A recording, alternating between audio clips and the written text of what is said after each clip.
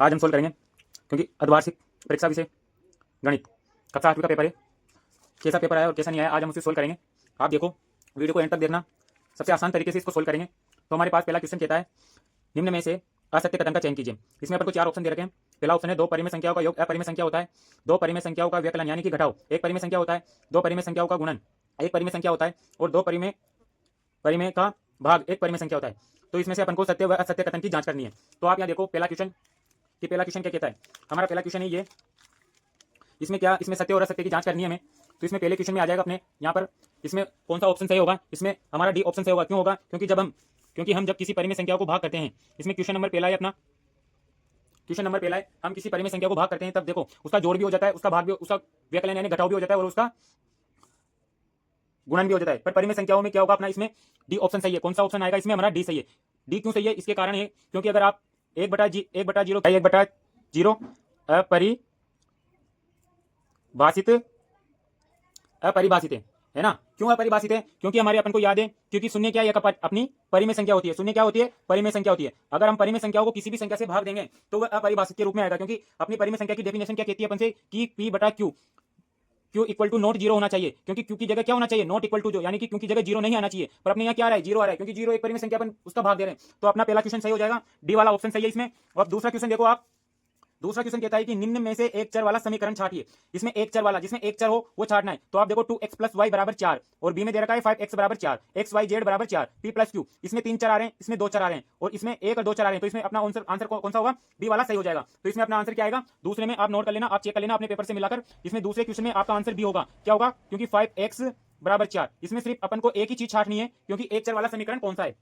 उसके बाद देखो निम्न में से तीसरा क्वेश्चन, अपना तीसरा क्वेश्चन क्या कहता है कि निम्न में से, इसमें भी क्या करना है अपन को? निम्न में से असत्य कथन छाटना है, असत्य कथन छाटना है। तो इसमें अपन को दे रखा है पेपर में, आप देखो सभी आयत वर्ग होते हैं। दूसरा क्वेश्चन दे रखा है सभी समांतर चतुर्भुज, समचतुर्भुज, समांतर चतुर्भुज होते हैं और सभी वर्ग समचतुर्भुज और आयत भी होते हैं, सभी समचतुर्भुज पतंग होते हैं। ये 4 ऑप्शन दे रखे हैं, अपन को इसमें से सिर्फ एक छाट के दिखाना है। तो हमारा इसमें आंसर क्या हो जाएगा? ए आ जाएगा। सभी आयत क्या होते हैं? वर्ग होते हैं। तीसरे में क्या आएगा?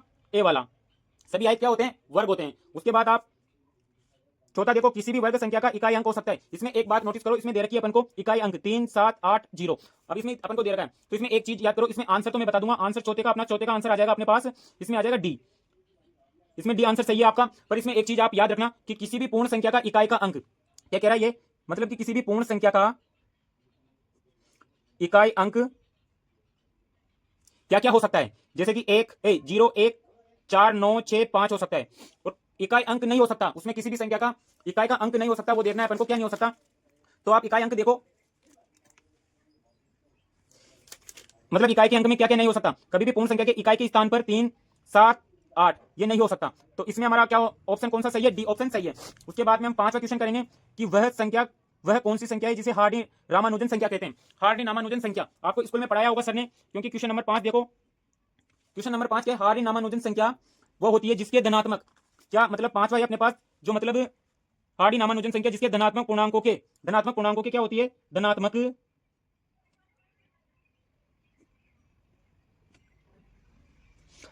पूर्णांकों के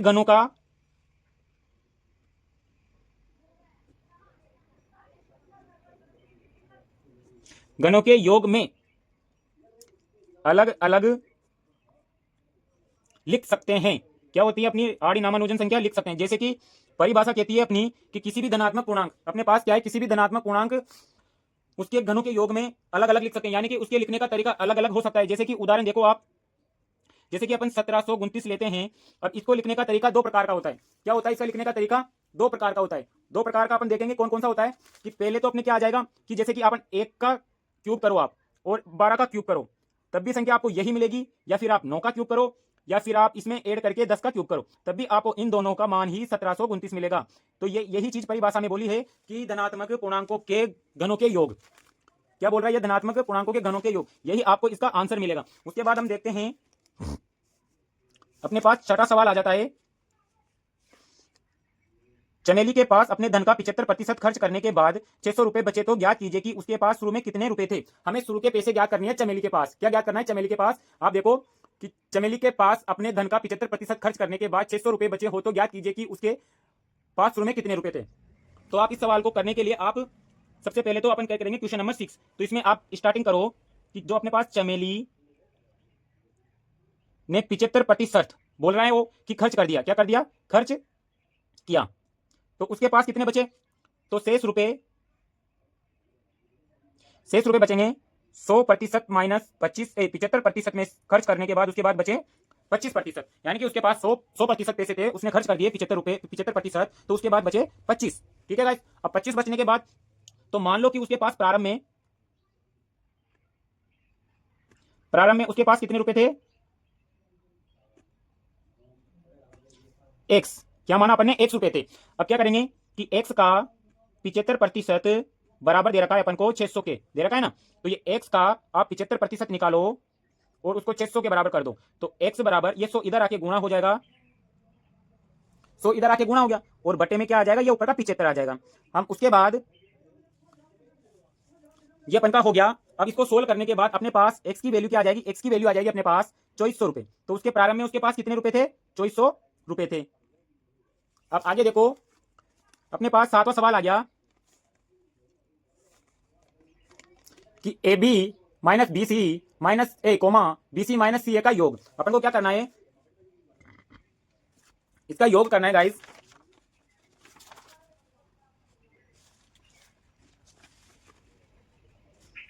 कौन सा करेंगे अपन, सातवां क्वेश्चन, एक यहां इधर देखो सातवां क्वेश्चन करेंगे, a b minus b c comma b c minus c a, इसका योग करेंगे।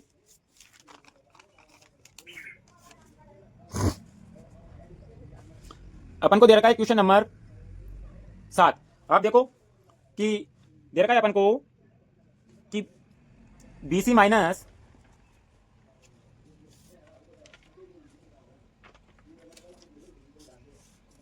इन दोनों का योग करने के लिए अपन इन दोनों को जोड़ना पड़ेगा।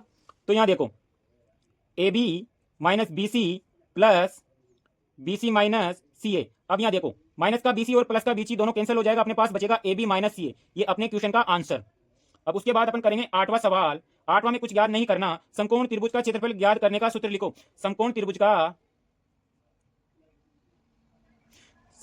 क्षेत्रफल ज्ञात करने का सूत्र होता है 1/2 आधार इंटू ऊंचाई। क्या होता है, 1/2 आधार इंटू ऊंचाई। उसके बाद अपन ज्ञात करेंगे question number 9, 6x plus 1/3 plus 1 बराबर x माइनस 3/6 को हल करो। ये अपन को क्या एक समीकरण दे रखी है, अपन को इसमें से x की वैल्यू ज्ञात करनी है। इसमें से अपन क्या ज्ञात करेंगे, x की वैल्यू ज्ञात करेंगे।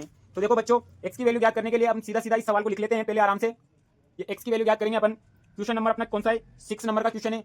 तो आप देखो क्योंकि 6x प्लस यहाँ दे रखा है 1/3 प्लस 1 बराबर x माइनस 3/6, ये अपन को क्वेश्चन दे रखा है।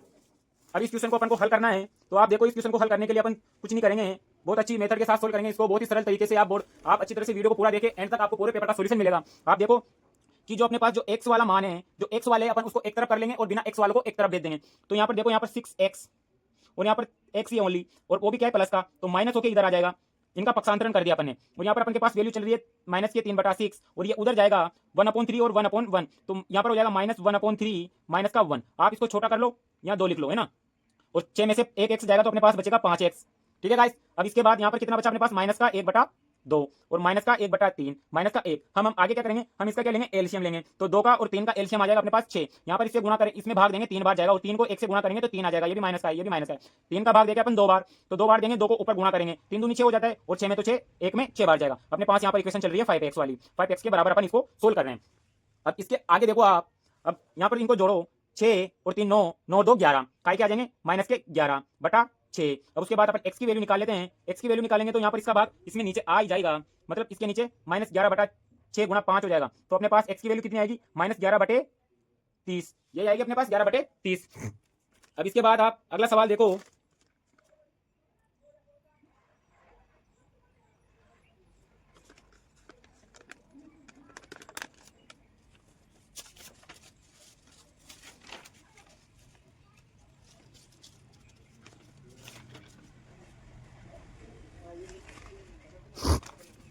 अब इसके बाद में अपने पास सवाल आ गया 10वां सवाल। देखो आप, आकृति दे रखी है अपन को बी ई एस टी, एक समांतर चतुर्भुज है, उसमें एक्स वाई तथा जेड के मान ज्ञात करने अपन को, है ना। अपन को क्या करने हैं, इस सवाल में एक्स वाई जेड के मान ज्ञात करने हैं। तो इसमें से आपको समांतर चतुर्भुज की प्रॉपर्टी याद होगी, उसी के आधार पर अपन इस सवाल को सोल्व करेंगे। तो आप देखो ये रहा क्वेश्चन, आपको दिख रहा है, इसको ज्ञात करेंगे अपन। अब इसमें देखो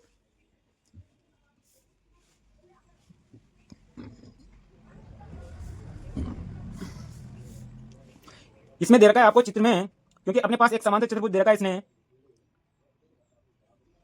ये कोण दे रखा है, ये कोण दे रखा है, इस ये ई दे रखा है, ये एस दे रखा है, और ये बी दे रखा है, और ये टी दे रखा है। यहाँ पर इसका मान इसने 100 डिग्री दे रखा है, और यहाँ एक्स की वैल्यू पूछिए, यहाँ पर जेड की वैल्यू पूछिए, और यहाँ वाई की वैल्यू पूछिए। तो आप देखो, क्योंकि कोण बी और कोण एस क्या कहता है कि कोण बी बराबर होते हैं कोण एस के। क्यों होते हैं? यहाँ पर क्या आ जाएगा, ये सम्मुख कोण होते हैं। कौन से कोण होते हैं? सम्मुख कोण। सम्मुख कोण होते हैं ये।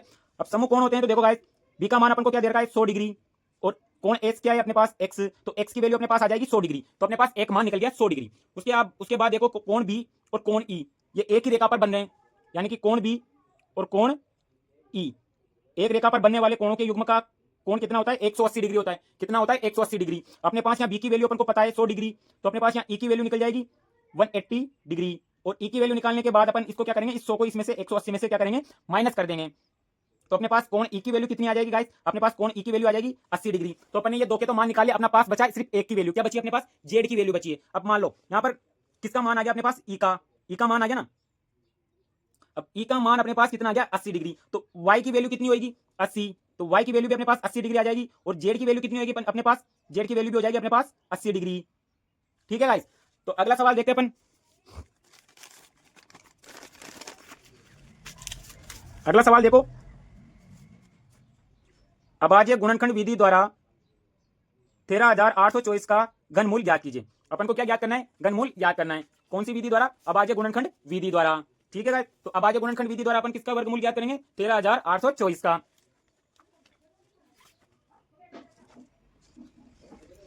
13,824 का ज्ञात करेंगे। तो आप यहाँ पर बोर्ड पर देखो, किसका, अपन को 13,824 का क्या निकालना है, वर्गमूल निकालना है। ठीक है ना गाइस। तो आप देखो, सबसे पहले अपन अभाज्य गुणनखंड विधि द्वारा सोल्व करेंगे। तो सबसे बाद इसमें पहले 2 का भाग देंगे। किसका देंगे? 2 का भाग। तो 2 का भाग देने के पास अपन इसमें 2 का भाग देंगे तो कितनी बार जाएगा, 6912 बार। उसके बाद फिर से 2 का भाग देंगे, 3 बार जाएगा गाइस। यहाँ पर 4 बार जाएगा, यहाँ 5 बार जाएगा, और यहाँ पर 6 बार जाएगा। उसके बाद फिर से 2 का देके देखेंगे, यहाँ पर फिर से 2 का 2 तो 1 बार जाएगा, और 7 बार जाएगा, 2 बार, और 8 बार। फिर से अपन 2 का देके देखेंगे, 2 का जाएगा 8 बार, फिर जाएगा 6 बार, फिर जाएगा 4 बार। फिर से 2 का देके देखेंगे, 4 बार, 3 बार, 2 बार। फिर से 2 का देके देखो, फिर से 2 का जाएगा 2 बार, 1 बार, 6 बार। फिर से 2 का देके देखेंगे, फिर जाएगा अपने पास 2 का जा रहा है ना, 1 बार, 8 बार, हाँ 1 बार 0, फिर 8 बार। फिर उसके बाद 2 का देके देखेंगे, 5 बार, 4 बार। फिर से 2 का 27 बार। फिर किसका जाएगा गाइस, फिर देके देखेंगे 3 का जाएगा 9 बार। फिर से 3 का, और फिर से 3 बार, तो 1 बार। तो अपने ये चलिए मैं शुरू से दिखा देता हूं आपको। पहले सबसे पहले हमने धोखा दिया, अब फिर धोखा देते देते देते देते अपने सोल्व करते करते करते करते अपने पास आंसर 1 आ गया। अब 1 आने के बाद अपन को इसके जोड़े बनाने हैं। वो क्या ज्ञात करवा रहा है, ये घनमूल। घनमूल में हमेशा 3 3 के जोड़े बनते हैं। क्या बनते हैं? 3 3 के जोड़े बनाए जाते हैं। तो एक जोड़ा तो हो गया, दूसरा हो गया, और तीसरा जोड़ा ये हो गया, और एक जोड़ा ये हो गया। तो अपने पास 3 3 के जोड़े बन गए। तो आप यहाँ देखो, 2 की घात 3, 2 की घात 3, और 2 की घात 3, और 3 की घात 3, यही तो जोड़ा बना। 3 3 बार आ रहे, 2 3 बार आ रहे, और ये आ रहा है। तो इसमें से अपन 1 2, इसमें से भी 2, और इसमें से भी 2, और इसमें से भी 3, एक एक ले लेंगे। ठीक है गाइस। अब इसको गुना करने के बाद कितना आएगा, 24। तो जो अपने पास जो संख्या थी ना कि 13,824, इसका अपन को घनमूल निकालना था, तो अपने पास क्या आंसर आया, 24। तो ये इसका आंसर है गाइस। ठीक है। अब अगला सवाल देखो, अपने पास अगला सवाल क्या कहता है कि रवि ने हेयर ड्रायर 8% वेट सहित 5400 रुपए में खरीदा। एक वेट को जोड़ने से पहले उसका मूल्य ज्ञात कीजिए। मतलब वेट जोड़ने से पहले उसका मूल्य अपन को ज्ञात करना है। तो आप देखो क्वेश्चन नंबर कौन सा है अपने पास, क्वेश्चन नंबर 12वां। कौन सा क्वेश्चन नंबर है अपने पास, 12वां। तो आप इसमें अपन को उसने दर दे रखी है, दर यानी वेट। क्या दे रखा है, वेट। वेट दे रखा है अपन को 8%। कितना दे रखा है, 8%। और वेट सहित मूल्य कितना दे रखा है अपन को, वो निकालना पड़ेगा। 100 + 8 बराबर कितना हो जाएगा, 108%। ठीक है गाइस, कितना समझ में आ गया आपको, 100 कितना, 100% प्लस 8% बराबर 108%। अब अपन को क्या निकालना है कि मतलब जो पहले मूल्य याद करना है अपन को, वेट से पहले का मूल्य। तो आप मान लो यहां पर माना वेट से पहले मूल्य पी मान लिया अपन ने, पी है। अब पी का अपन को क्या निकालना है, जो अपना है ना 108% का P बराबर कितना आ जाएगा, 5400 रुपये दे रखा है, क्वेश्चन में दे रखा है। तो 108/100 गुणा P बराबर 5400 रुपये, ये दे रखा है। अब अपन की P की वैल्यू ज्ञात करनी है, अपन को किसकी P की वैल्यू ज्ञात करनी है गाइस। तो P की वैल्यू ये 100 उधर चले जाएंगे, तो 5400 गुणा 100/108, तो अपने पास वेट यानी पहले का मूल्य निकल के आ गया। अब इसको अपन सोल्व करेंगे तो अपने पास आंसर आएगा 5000। तो अपने पास वेट पहले का मूल्य कितना आ गया अपना, 5000, तो ये इसका आंसर हो गया। अब अगला सवाल देखो आप, अगला सवाल क्या कहता है,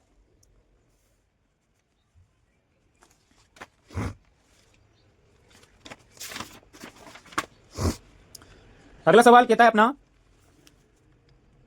कि 4y कोष्टक 3y² plus 5y minus 7 एवं 2 कोष्टक y³ माइनस 4y² प्लस 5 को जोड़िए। अपन को ये दोनों जोड़ने हैं।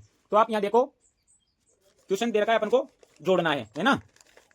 तो अपन क्वेश्चन लिख लेते हैं। क्वेश्चन अपने 13वां क्वेश्चन है गाइस। तो आप देखो कि 4y कोष्टक 3y² plus 5y minus 7 और एवं दे रखा है अपन को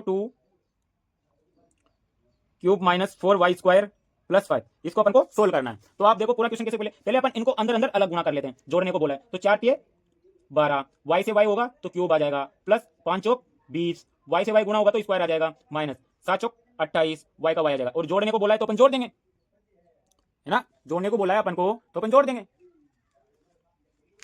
है ना। तो अपने पास ये वैल्यू दे रखी है, इसको जोड़ने तो अंदर से गुणा होगा तो 6y³ माइनस 8 का y² और प्लस 10, ठीक है। तो अब आगे देखो, अब इसमें क्या क्या जुड़ेगा ये नोट करो आप, इसमें जुड़ेगा क्या क्या गाइस। तो इसमें जुड़ रहा है अपन के क्यूब वाली संख्या को अपन जोड़ सकते हैं, क्यूब वाली संख्या को अपन जोड़ सकते हैं। तो यहाँ पर 6y³ आ रहा है और यहाँ पर 12 आ रहे हैं, तो यहाँ पर अपने कितने हो जाएंगे, 18y³ हो जाएंगे, और y² और y², यहाँ पर y 20 के, यहाँ पर 8 है, तो ये दोनों क्या होंगे, घट जाएंगे। तो यहाँ पर 18 में से 8y² जाएंगे तो प्लस के 2y², और यहाँ पर कितने अपने पास, माइनस के 28y, और यहाँ पर पीछे कितना चल रहा है अपने पास, 10। तो ये अपने क्या आ जाएगा, इसको और अच्छी तरीके से जमा लो, यानी कि 2y² plus 18y³ minus 28y और प्लस का 10। अब इसको और सरल तरीके से ज्ञात, और इसको सरल बना सकते हैं अपन, क्यों, क्योंकि अपने पास इसमें सभी 2 का भाग जा रहा है, तो 2 का भाग देंगे तो यहाँ y बच जाएगा, y², यहाँ पर 9y³ माइनस, और इसमें देंगे तो 1 और 4 14y³, 14y प्लस 5, ये अपने इसका क्या हो जाएगा, आंसर हो जाएगा। इसके बाद अगला सवाल देखते हैं अपन, अगला सवाल बी वाला, कौन सा देखेंगे, बी वाला देखेंगे अपन। तो आप देखो बी वाला क्वेश्चन, नहीं उसके पहले ये करेंगे 14वां क्वेश्चन, 14वां करेंगे। एक ऐसे बेलन की ऊंचाई ज्ञात कीजिए जिसकी त्रिज्या 7 सेंटीमीटर और कुल पृष्ठीय क्षेत्रफल 968 सेंटीमीटर दे रखा है अपन को, है ना। तो अपन करेंगे 14 वाला क्वेश्चन। इसमें अपन को दे रखा है कि अपन को क्या करना है, बेलन का पृष्ठीय क्षेत्रफल। तो पहले सबसे पहले अपन लिख लेते हैं बेलन का पृष्ठीय क्षेत्रफल होता है कि 2πr कोष्टक r प्लस h, ये होता है, ठीक है। तो अपन को उसने सब दे रखी है, अपन को उसने त्रिज्या भी दे रखी है, त्रिज्या कितनी दे रखी है अपन उसने अपन को 7 सेंटीमीटर, और पृष्ठीय क्षेत्रफल दे रखा है उसने 968 सेंटीमीटर स्क्वायर, और ये सेमी में दे रखी। अपन को उसने पूछा है कि आर एच ज्ञात करो, आप क्या ज्ञात करो, एच ज्ञात करो, ठीक है। तो एच ज्ञात करने के बाद अपने पास सूत्र ये रहा, तो यहां लिखेंगे अपन, है ना। तो 2πr प्लस एच, और इसका मान दे रखा है अपन को 668 के बराबर। तो 2π, पाई की वैल्यू होती है 22/7, त्रिज्या की वैल्यू दे रखी है उसने 7, और यहाँ पर अंदर 7 और एच का मान पूछा है, तो यहाँ पर 968, ठीक है। अब आगे बढ़ते हैं। उसके बाद यहाँ पर से ये 7 से 7 तो कट गए, है ना, और यहाँ पर हो गए 44, 44 के साथ 7 प्लस एच चल रहा है, उसके बाद 968 पीछे की तरफ में अपने पास बच गए। अब 7 प्लस एच, इसको इसके नीचे भेज दो 44 को, और ये 44 से कितनी बार जाएगा, 22 बार। तो 7 प्लस एच बराबर 22 आ जाएगा, तो एच बराबर अपने पास 22 माइनस 7 आ जाएगा, कितना आ जाएगा, 7 आ जाएगा। तो अपने पास यहाँ पर एच की वैल्यू कितनी आएगी, 15 सेंटीमीटर। तो ये आपका आंसर हो गया, है ना। तो इसमें अपन ने क्या निकाला है, आप देखो, अपन को बेलन की त्रिज्या दे रखी थी, ए बेलन की त्रिज्या दे रखी थी, क्षेत्रफल दे रखा था, एच पूछी थी, अपन ने फॉर्मूले में रख के इसका मान ज्ञात कर लिया। तो एच की वैल्यू अपने पास क्या आ गई, 15 सेंटीमीटर। अब अगली वैल्यू ज्ञात, अगला क्वेश्चन ज्ञात करेंगे। जब देखो 15वां क्वेश्चन, 15वें का ए वाला, 15वें का ए वाला। तो इन्होंने क्वेश्चन दे रखा है अपन को 0.25 कोष्टक 4f माइनस 3 बराबर 0.05 108 माइनस 9, ये अपन को वैल्यू दे रखी है।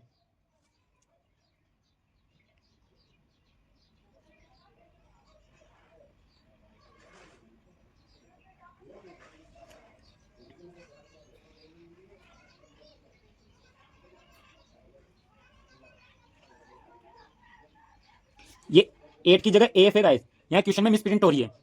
तो अपन यहाँ पर इसको गुणा कर लेते हैं, 0.25 गुणा 4AF माइनस 0.25 गुणा 3 बराबर 0.05 गुणा 10F माइनस 0.05 गुणा 9। ठीक है, ये अपन की वैल्यू आ गई। तो अपने पास इसको गुना करेंगे तो यहाँ पर तो अपने पास F बचेगा, और इसको करेंगे तो 0.05 F आ जाएगा, बराबर इसको गुना करेंगे तो 0.5 AF माइनस 0.545।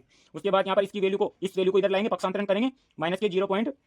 यहाँ पर गाइस F नहीं है, 0.5 AF बराबर माइनस के 0.45, और ये वैल्यू उधर आएगी तो प्लस की हो जाएगी 0.05। यहाँ पर एक में से आधा जाएगा तो यहाँ पर 0.5 AF ही बचेगा। ठीक है गाइस, उसके बाद यहाँ पर कितना बचेगा अपने पास, 0.3 बचेगा।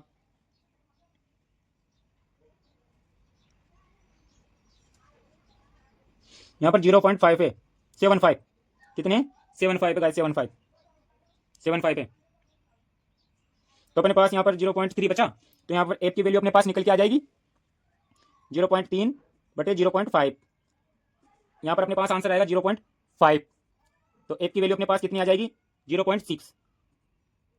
ये अपना हो गया 15वें का ए वाला। अब इसके बाद अपन 15वें का बी वाला करेंगे। यहाँ पर अपन को दे रखा है 5x माइनस 2 2x माइनस 7 बराबर 2 3x माइनस 1 प्लस 7/2 ये दे रखा है। इसमें भी अपन को x की वैल्यू ज्ञात करनी है। सबसे तो पहले अपन क्या करेंगे, इसको इस 2 को अंदर मल्टीप्लाई करेंगे ना, तो 5x ठीक है माइनस का 2 अंदर मल्टीप्लाई कर देंगे। तो इस इक्वेशन को मैं काट के थोड़ा नीचे लिखता हूँ, आप देखो है ना, ये क्वेश्चन अपना ये कि 5x माइनस का 4x, ये माइनस को अंदर गुना करेंगे तो प्लस का 14 आ जाएगा, 7 नहीं 14 होते हैं। यहाँ पर भी ऐसे करेंगे, 2 को 6 से गुना करेंगे, 2 को 3 से गुना करेंगे तो 6 माइनस के 2 प्लस चल रहा है अपन 7/2, यही चल रहा है अपन को। अब अपन x की, इस x की वैल्यू को इधर ले लेते हैं और इस 14 को उधर भेज देते हैं। तो पहले यहाँ तो 5x में से 4 जाएंगे तो ओनली x बचेगा, और ये 6 इधर आ जाएंगे तो माइनस के हो जाएंगे, और यहाँ पर चल रहे अपने पास 2 प्लस 7/2, और ये 14 इधर आके माइनस के हो जाएंगे। ठीक है, अब आगे चलते हैं अपन, यहाँ पर इसमें से x में से जाएगा तो माइनस के 5x बच जाएंगे यहाँ पर, और यहाँ पर इसका अपन एलसीएम ले लेते हैं सबके नीचे एक एक लगा के, ये देखो। उसके बाद अपन यहाँ एलसीएम लेते हैं 2, तो यहाँ पर 2 बार जाएगा तो ऊपर 4 आ जाएंगे, यहाँ प्लस आ जाएगा, यहाँ 7 आ जाएगा, और यहाँ पर 28 हो जाते हैं। ठीक है, तो ये माइनस के 5x, यहाँ पर ये माइनस की वैल्यू है, तो यहाँ पर माइनस जुड़ेंगे तो कितने हो जाएंगे 32, और प्लस के 7, ये माइनस का है। उसके बाद में से नीचे 2 बचेंगे। उसके बाद यहाँ पर माइनस के 5x आ जाएंगे, कितने आ जाएंगे यहाँ पर माइनस के 5x। 5x आने के बाद देखो आप, यहाँ पर 32 में से 7 जाएंगे तो 5 गए तो बचे 30, 5 गए तो बचे 25, ये 25 आ गए, और यहाँ पर के माइनस के, तो यहाँ पर नीचे कुछ 2 बचेगा। उसके बाद में x की वैल्यू निकालेंगे अपन, ये माइनस माइनस कट ही जाएगा है ना, तो 25/10 ये अपना इसका आंसर हो गया। ठीक है,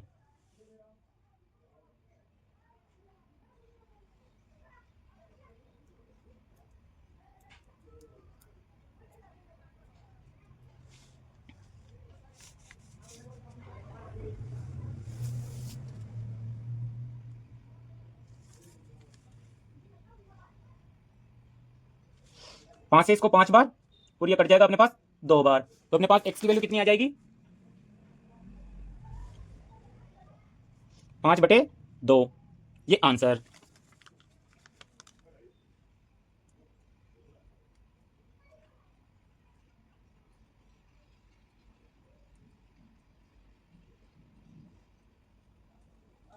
ठीक है गाइस, अब आगे बढ़ते हैं, पीछे चलो। ये कहता है अपन को किसी समांतर चतुर्भुज के 2 आसन कोणों के माप बराबर है, समांतर चतुर्भुज के सभी कोणों की माप ज्ञात करो, ऐसा बोलता है ये। तो आपको याद होगा क्वेश्चन नंबर अपना चल रहा था पीछे वाला, क्योंकि इसमें फर्स्ट क्वेश्चन से स्टार्ट कर रखा है ना, तो फर्स्ट का फर्स्ट। तो आप जानते होंगे कि समांतर चतुर्भुज के आसन कोण संपूरक होते हैं। क्या होते हैं कि समांतर चतुर्भुज के आसन कोण क्या होते हैं, संपूरक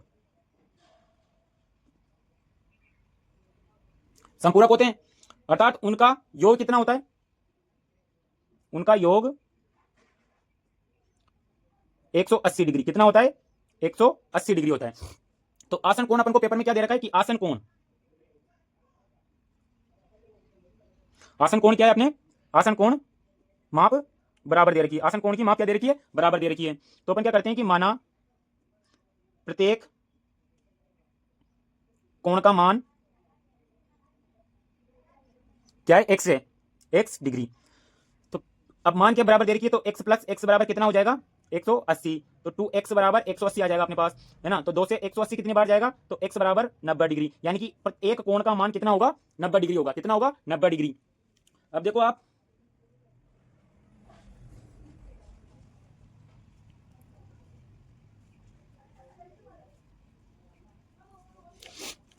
अपने पास अब अगला क्वेश्चन है गाइस, ये वाला। निम्न आकृतियां GUNS और RUNS समांतर चतुर्भुज है, x तथा y की लंबाई सेंटीमीटर में ज्ञात करो। ठीक है, NUGSRUN,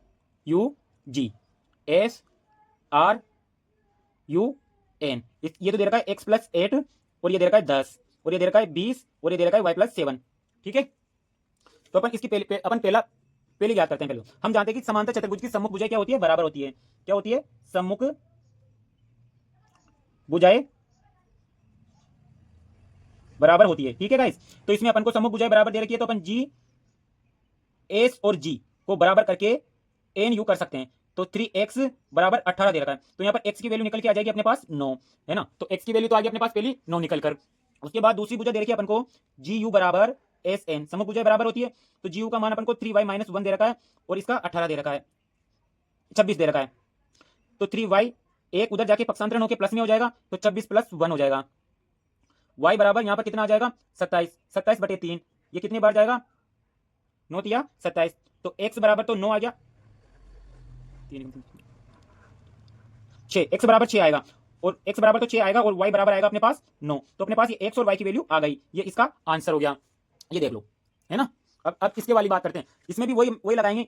मान लो किसी समांतर चतुर्भुज में विकर्ण एक दूसरे को समद्वि भाजित करते हैं, तो वो उनको समान अनुपात में बांटते हैं। क्या बांटते हैं, समान अनुपात में बांटते हैं। तो अब इसको अपन बराबर कर सकते हैं, पहले x+8 बराबर 10 के कर सकते हैं अपन इसको। तो x बराबर 10 - 8, x बराबर की क्या आ जाएगी अपने पास, x की वैल्यू 2 आ जाएगी। इसी प्रकार दूसरे को कर सकते हैं अपन, y+7 बराबर 20, तो y बराबर कितना आ जाएगा, 20 - 7, तो y की वैल्यू अपने पास कितनी आ जाएगी, 13। ये अपने आंसर हो गया, यानी कि x बराबर 2 और y बराबर 3, y बराबर 13, ये इसका आंसर हो गया। ठीक है गाइस, अब अपन आगे का सवाल करते हैं। ये आपको समझ में आ गया, आगे बढ़ते हैं अपन। अब आगे देखो आप, पाइथागोरस त्रिक लिखिए जिसकी एक संख्या 12 दे रखी है। पाइथागोरस त्रिक बनानी है अपन को जिसकी एक संख्या 12 दे रखी है ना। ये दूसरे का पहला पाइथागोरस त्रिक,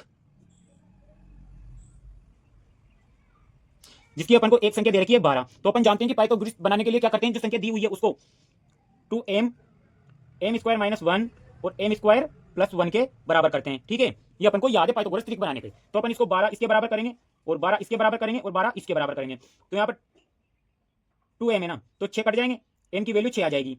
और यहाँ पर क्या होगा कि m बराबर ये इधर जाके 13 हो जाएंगे और इस पर अंडर रूट चढ़ जाएगा, और इस पर क्या हो जाएगा, ये उधर जाके 11 हो जाएंगे और इस पे अंडर रूट चढ़ जाएगा। हमेशा पाइथागोरस त्रिक बनाने के लिए अपन को वर्गमूल वाली संख्या नहीं ली जाती है। तो अपन पाइथागोरस बनाने के लिए m बराबर 6 के लिए, किसके लिए, m बराबर 6 के लिए। अब पाइथागोरस त्रिक बनाने के लिए m बराबर 6 ले लिया अपन ने। अब उसके बाद m बराबर 6 लेने के बाद अपन इस वैल्यू को m की जगह रखेंगे, क्या रखेंगे, 2m m² - 1 और m² + 1 के। तो m की जगह 6 रखेंगे तो 2 × 6 बराबर कितने आ जाएंगे, 12। यहाँ पर m की जगह 6 रखेंगे, -1 करेंगे, m की जगह 6 रखेंगे, स्क्वायर + 1 करेंगे। ये समझ में आ गया आपको। उसके बाद अपन इसको, ये तो एक तो पाइथागोरस त्रिक का एक मान 12 आ जाएगा, इसमें 36 स्क्वायर -1 और यहाँ पर 36 का 36 + 1, तो यहाँ पर 12 और यहाँ पर 35 और यहाँ पर कितनी आ जाएगी अपने पास, 37। ठीक है, तो अपने पाइथागोरस त्रिक क्या बनेगी गाइस, पाइथागोरस त्रिक बनी, पाइथागोरस त्रिक क्या आ गया अपने पास, पाइथागोरस त्रिक 12 35 17 क्या बन गई, 12 37 15 बन गई। ठीक है, अब इसके बाद अब करेंगे अपन, पहला हो गया। दूसरा, वह सबसे छोटी वर्ग संख्या ज्ञात कीजिए जो 4 9 और 10 से विभाजित हो जाए, है ना। किससे विभाजित हो जाए, इससे विभाजित हो जाए। कौन सी सबसे छोटी संख्या ज्ञात करनी है अपन को जो इससे विभाजित हो जाए। तो आप देखो कौन सी संख्या, किनकी कौन सी संख्या दे रखी है अपन को, 4 9 और 10। तो 4 9 10 दे रखी ना, तो इसका अपन को क्या करेंगे, एलसीएम लेंगे। 4 का एलसीएम 2 2 2, एक बार गया। ठीक है, उसके बाद दूसरी संख्या दे रखी है 9, 3 3 3 1। उसके बाद संख्या दे रखी है अपन को 10। ठीक है गाइस, तो इसमें तो दो दो के जोड़े बनेंगे, 2 × 2 एक जोड़ा बन गया, 3 × 3 वर्ग संख्या बन गई, और 2 × 5 2 × 5।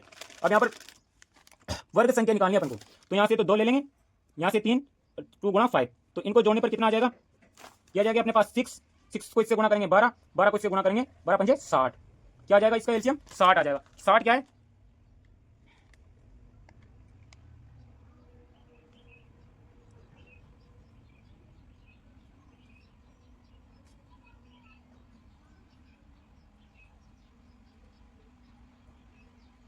ठीक है, अब आगे चलते हैं अपन। ये क्वेश्चन देखो तीसरा, वर्ष 1997 के अंत में किसी शहर की जनसंख्या 20,000 थी, 5% वार्षिक दर से वृद्धि हुई। वर्ष 2002 के अंत में इस शहर की जनसंख्या कितनी थी? तो ये तीसरा क्वेश्चन है ना। तो अपन को इसने दे रखा है, सब चीजें दे रखी है, इसने अपन को दर दे रखी है,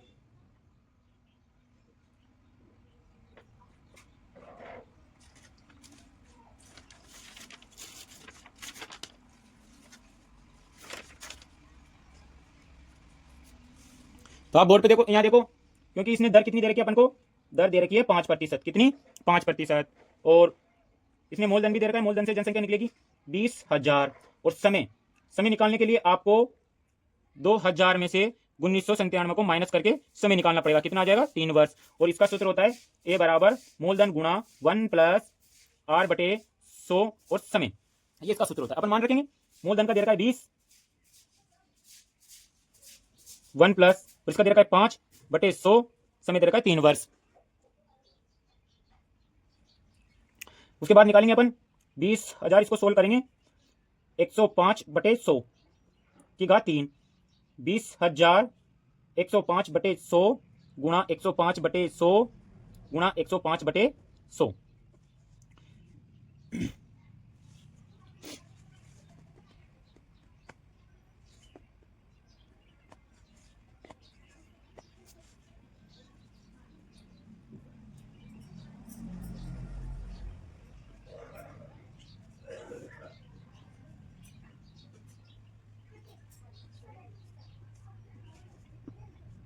तो गाइस इसको सोल्व करोगे आप तो ये आएगा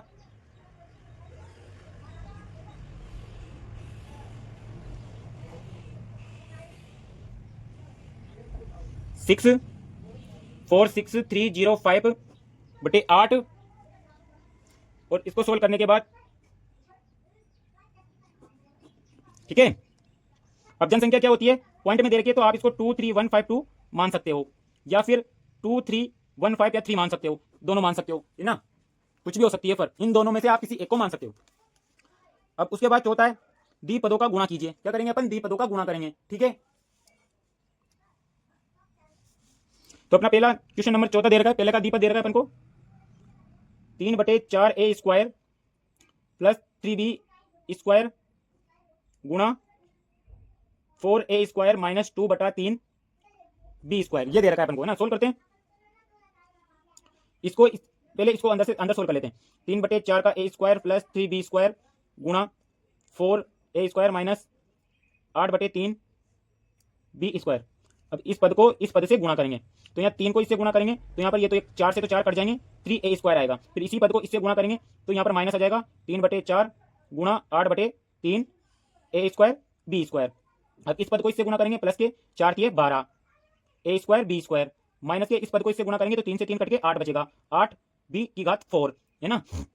और यहाँ पर ये 4 से 2 बार चल जाएगा और ये 3 कट जाएगा, तो यहाँ बचेगा अपने पास 3a² minus 2a² b² plus 12a² b² minus 8b⁴। अब 12a² b² में से 2 स्क्वायर चले जाएंगे, तो 3a² प्लस के 10a² b² माइनस 8b⁴। ये अपना द्विपद क्या हो गया? सोल्व हो गया। ये पहले का द्विपद अपन ने सोल्व कर लिया। ठीक है, अब अपने पास दूसरा द्विपद आएगा। दूसरा द्विपद है अपने पास a plus b plus c a minus c, तो इसमें एक स्वर समीका उपयोग करके लगानी पड़ेगी।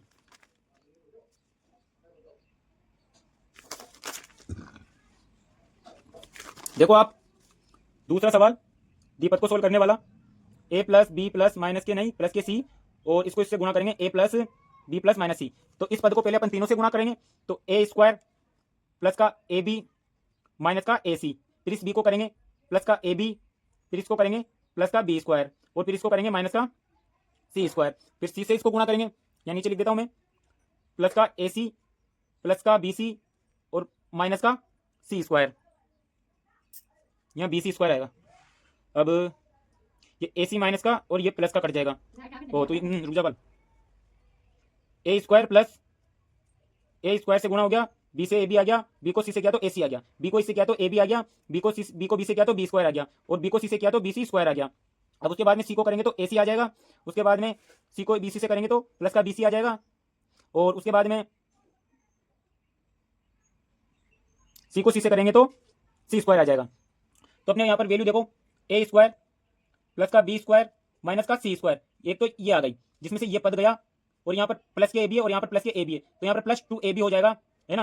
अब यहाँ पर ये बी सी और बी सी कट जाएगा, है ना, तो यहाँ पर क्या बचा, 2 बचा। अब अपने पास एक a square plus b square, a square plus b square plus 2ab और माइनस के सी स्क्वायर, तो यहाँ पर एक अपनी स्वर समीकरण का फॉर्मूला बन रहा है, ए प्लस बी की होल का 2 माइनस सी स्क्वायर, तो ये इसका आंसर हो जाएगा। ठीक है, अब आगे चलो। यदि किसी धन के प्रत्येक किनारे को दुगना कर दिया जाए तो इसके पृष्ठीय क्षेत्रफल में कितना गुना वृद्धि होगी, ये अपन को निकालना है। तो अपन आप जानते हो कि इसके क्षेत्रफल में कितना गुना वृद्धि होगी अगर इसके कोनों को बढ़ा दिया जाए तो। ये कह रहा है कि अगर इसके कोनों को बढ़ा दिया जाए तो क्या होगा। तो आप सबसे पहले देखो कि जो अपना मूल है, क्वेश्चन नंबर कौन सा है अपना, पांचवे का पहला। इसमें देखो कि माना मूल घन की भुजा क्या है, ए। अपन ने मूल घन की भुजा ए मान ली, और मूल घन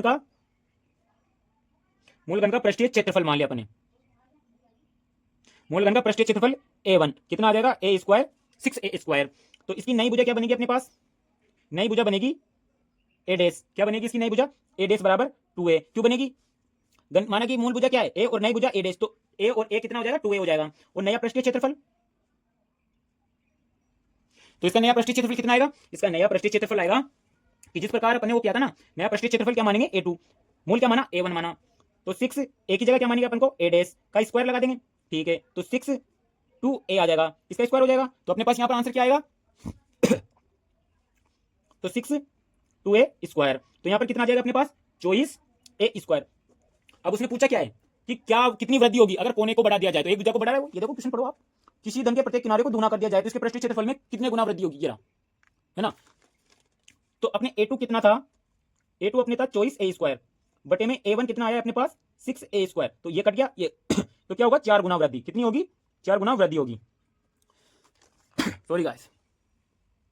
अब दूसरा क्या कहता है, इसके आयतन में कितना गुना वृद्धि होगी, आयतन में भी गुना की वृद्धि पूछ रहा है। तो इसमें दूसरा देखो, इसका मूल आयतन मान लो कितना, v1 बराबर a क्यूब, कितना v1 बराबर a क्यूब, और नया आयतन क्या हो जाएगा अपने पास v2 यानी कि a डैश का क्यूब, है ना।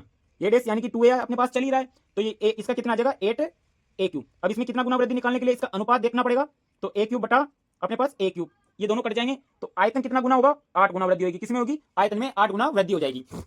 अब उसके बाद अपन देखते आगे चलो, ये दोनों हो गए। छठा, उचित गुणधर्मों का प्रयोग करते हुए निम्न को सरल कीजिए। ठीक है,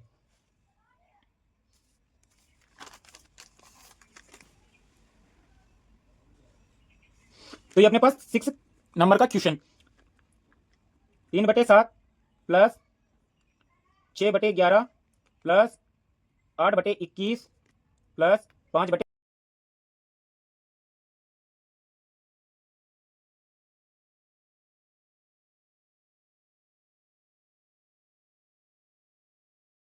ठीक है। तो अब इसके बाद अपन इसको सोल्व कर लेते हैं। 3/4 आप माइनस 8/21 भी लिख सकते हो, है ना, प्लस और माइनस 6/11 प्लस 5/22, क्योंकि एलसीएम लेने में दिक्कत नहीं आएगी। इन दोनों का एलसीएम आप 21 ले सकते हो,